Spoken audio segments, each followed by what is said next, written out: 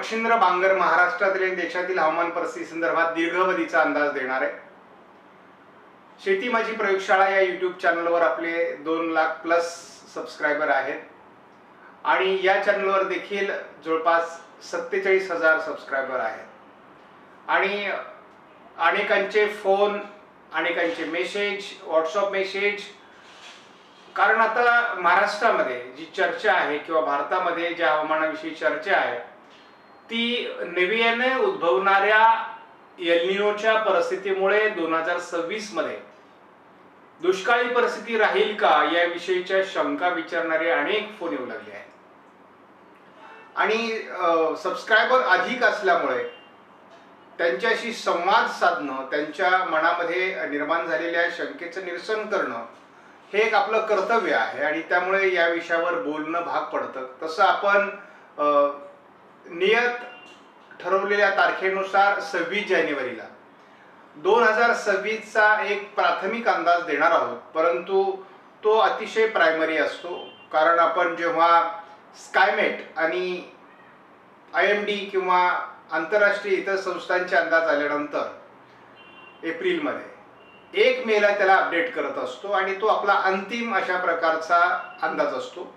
परंतु प्राथमिक अंदाजावरून देखील शेतीचं नियोजन करणं शेतकऱ्यांना सोपं जातं, परंतु तो अतिशय ढोबळ अंदाज असतो, हे लक्षात घ्या। आता त्या अंदाजाच्या तारखा जवळ आहेत, परंतु तरी देखील सातत्याने विचारल्या गेलेल्या प्रश्नांमुळे करंट स्टेटस काय आहे एल निनो ला निनाचं आणि एकूण बाकी घटक काय परिस्थिती आहे आणि त्यामुळे इतर जे काही हवामान अभ्यासक दुष्काळासंदर्भात आपल्याला जे काही उंगली निदर्शन करतायत, म्हणजे दुष्काळासंदर्भात जो काही अंदाज देत आहेत आणि बऱ्याचदा काही हवामान अभ्यासकांनी 1972 चा उल्लेख केलेला आहे आणि आपल्याला माहिती आहे की भारतीय हवामानामध्ये 1972 हे वर्ष अतिशय दुष्काळी समजलं गेलं आणि त्यामुळे या वर्षाकडे बरेच हवामान तज्ञ याचा उल्लेख करत असल्यामुळे साहजिकच शेतकऱ्यांमध्ये एक दहशतीचं, भीतीचं वातावरण निर्माण झालेलं आहे आणि मग 2 विचारप्रवाहाचे हवामान अभ्यासक आपल्याला दिसतात। एकीकडे शेतकऱ्यांविषयी सहानुभूती व्यक्त करणारे आणि शेतकऱ्यांना घाबरवू नका, शेतकऱ्यांना भिवू नका अशा प्रकारचा अंदाज देणारे काही हवामान अभ्यासक आहेत। तर काही हवामान अभ्यासक आम्ही स्पष्टपणे आमचं मत मांडतो, पण ही घटना घडणारच आहे असं ठामपणे सांगतायत आणि त्यामुळे या द्विधा अवस्थेमध्ये घटना अशी घडते की शेतकऱ्यांना संभ्रम निर्माण होतो आणि मग नेमकी काय परिस्थिती होऊ शकते या संदर्भामध्ये आपल्याला बोलणं पर्याप्त होतं आणि ते बोलावं लागतं। हा विषय मी बऱ्याचदा टाळत असतो, कारण हा विषय फार तेल मीठ लावून सांगण्यासारखा नसतो, त्यामुळे या ठिकाणी आपल्याला याविषयी कमीत कमी प्रतिक्रिया कशी देता येईल असा मी प्रयत्न करत असतो। परंतु एक गोष्ट लक्षात घ्या, काही गोष्टी आपल्याला टाळता येत नाहीत आणि आपण जसं म्हणतो की होनी को कोई अनहोनी नहीं कर सकता, म्हणजे जे होणारे, जे घडणारे ते घडणारच आहे, त्याला आपण टाळू शकत नाही आणि त्यामुळे आपल्याला एक गोष्ट लक्षात घेतली पाहिजे की जर आपण इतिहास बघितला भारतीय हवामानाचा, तर जेव्हा जेव्हा एल निनो आलेला आहे तेव्हा जवळपास 80 ते 85% आपण असं बघितलेलं आहे की पाऊसमान हे कमी झालेलं आहे भारतामध्ये आणि त्यामध्ये महाराष्ट्रात देखील त्याचा परिणाम होतो। परंतु महाराष्ट्र एक हवामानदृष्ट्या वैशिष्ट्यपूर्ण राज्य आहे आणि याला अरबी समुद्राचा एक किनारा लाभलेला आहे आणि अतिशय जवळ बंगालच्या उपसागराचा किनारा आहे आणि बऱ्याचदा आपल्याला बंगालच्या उपसागरातून तयार होणाऱ्या सिस्टम देखील महाराष्ट्राकडे येतात आणि अरबी समुद्रातील मान्सूनच्या वाऱ्यांचा देखील कोकण किनारपट्टी सहित लगतच्या भागावर देखील मोठा परिणाम होतो आणि त्यामुळे सरासरी पर्जन्य महाराष्ट्राचं हे सरासरी इतकं तरी आपल्याला बघायला मिळतं आणि तसा एल निनोचा काळ असला तरी देखील कोकण किनाऱ्याला अतिशय चांगला पाऊस होत असल्यामुळे, सह्याद्रीच्या पर्वतरांगांवर चांगला पाऊस होत असल्यामुळे आपल्याला एल निनोचा चांगला तसा निगेटिव्ह प्रभाव या भागावर जाणवत नाही. आता करंट स्टेटस आपण जर बघितलं तर सध्या डिसेंबर, जानेवारी आणि फेब्रुवारी या महिन्यांसाठी आपल्याला ला निना सौम्य कंडिशन बघायला मिळते आहे. आणि ही कंडिशन साधारण मध्य म्हणजे आपल्याला 15 जानेवारी नंतर कमजोर स्थितीकडे जाताना दिसेल आणि मग नंतर साधारणपणे ती फेब्रुवारीपर्यंत संपुष्टात येणार आहे. आणि मग त्यामुळे परिस्थिती अशी आहे की जानेवारी, फेब्रुवारी आणि मार्च हे 3 महिने जरी सुरुवात ला निनाची असली तरी ते न्यूट्रल कंडिशनकडे जाणार आहे. म्हणजेच आपल्याला नॅचरल अवस्था आपण जी म्हणतो त्या अवस्थेकडे जाणार आहे. आणि त्यामुळे आपल्याला मार्चपर्यंत जवळपास कोणताही ना ला निना ना एल निनो अशी कुठलीही परिस्थिती असणार नाही.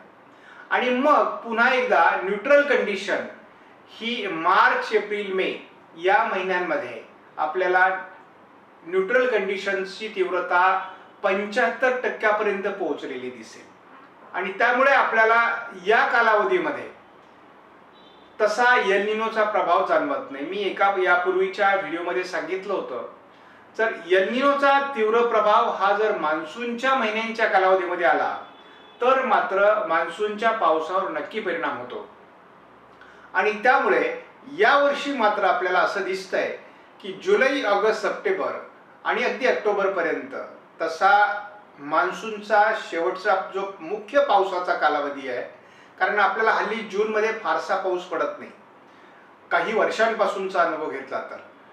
मात्र जुलै, ऑगस्ट, सप्टेंबरमध्ये आपल्याला सरासरी भरून काढणारा पाऊस पडतो आणि पर्यायाने आपल्याला एक चांगलं पाऊसमान त्या वर्षामध्ये बघायला मिळतं. परंतु हळूहळू याची तीव्रता म्हणजे आपल्याला याची सुरुवातच एप्रिल, मे मध्येच होताना दिसते आणि नंतर त्याची तीव्रता प्रत्येक महिन्यात वाढत जाणार आहे.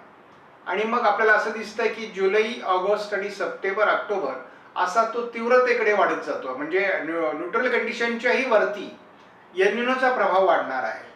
आणि जर एल निनोचा प्रभाव वाढला तर त्या महिन्यामध्ये नक्कीच आपल्याला पाऊसमानात घट बघायला मिळणार आहे. त्यामुळे याला काउंटर करणारे इतरही घटक आहेत. मग तो MGO असेल, IOD असेल किंवा एकूण जी काही दोन्ही समुद्रांमध्ये तयार होणारी बाष्पाची निर्मिती असेल, या समुद्राचं सरफेस तापमान असेल आणि एकूणच ग्लोबल वॉर्मिंगचा देखील हवामानावर मोठा परिणाम होतो. आणि मग यामुळे काय होणार आहे? मग लगेच 72 सारखा दुष्काळ पडणार आहे का? तर नाही. 72 सारखा दुष्काळ तर नक्कीच पडणार नाही, परंतु पावसाचं असमान वितरण होईल. म्हणजे मोठे मोठे पावसात खंड पडू शकतात. एखाद्या पंधरवड्यामध्ये, आठवड्यामध्ये खूप पाऊस होऊ शकतो आणि एखादी सिस्टम अतिशय तीव्रतेने भारतावर, महाराष्ट्रावर परिणाम करू शकते. त्यामुळे अतिवृष्टी होऊ शकते. म्हणजे हा काळ केवळ दुष्काळच पडेल असं नाही, तर तो अति मुसळधार पाऊस पण काही भागात देऊ शकतो. काही भागामध्ये पावसाविना सुद्धा राहू शकतात. म्हणजे कमी पावसाचे सुद्धा विभाग राहू शकतात. म्हणजेच यालाच आपण असमान वितरण असं म्हणतो. त्यामुळे एक समानता पावसामध्ये एल निनोच्या काळात राहत नाही. सरासरी पावसाचं प्रमाण देखील घटतं आणि त्यामुळे अशा कालावधीमध्ये आपल्याला आपलं नियोजन, मग ते चाऱ्याचं असेल, पाण्याचं असेल, करावं लागतं. आणि जसं मी 2025 साठी अंदाज दिला तेव्हा आपण सांगितलं होतं की 100% पाणीसाठे भरणार आहेत. तर मग यावर्षी पाणीसाठे 100% भरतील का, याच्यावर मोठं प्रश्नचिन्ह राहणार आहे. आणि ते आणखी आपण एक 8-10 दिवसांनी जो अंदाज देऊ त्यामध्ये स्पष्टपणे आपण त्यावर आपलं मत व्यक्त करणार आहोत. परंतु एकूणच असं लक्षात येतंय की आपल्याला पाणीसाठे जपून वापरले पाहिजेत आणि चाऱ्याची व्यवस्था नक्कीच केली पाहिजे. त्यामुळे याविषयी जास्त बोलणं आवश्यक नाही, परंतु मी सांगेन की दुष्काळ नाही, सामान्य पावसाची परिस्थिती राहणार आहे. एकूणच आपण परिस्थितीचा आढावा घेता पूर्णतः कडाक्याचा दुष्काळ जरी राहिला नाही तरी पावसात घट राहील, ही मात्र आपल्याला मान्य करावं लागणार आहे. आपणास व्हिडिओमधील माहिती महत्त्वपूर्ण वाटल्यास लाईक करा, शेअर करा, चॅनलला सबस्क्राईब करा. धन्यवाद. जय हिंद, जय महाराष्ट्र, जय बळीराजा.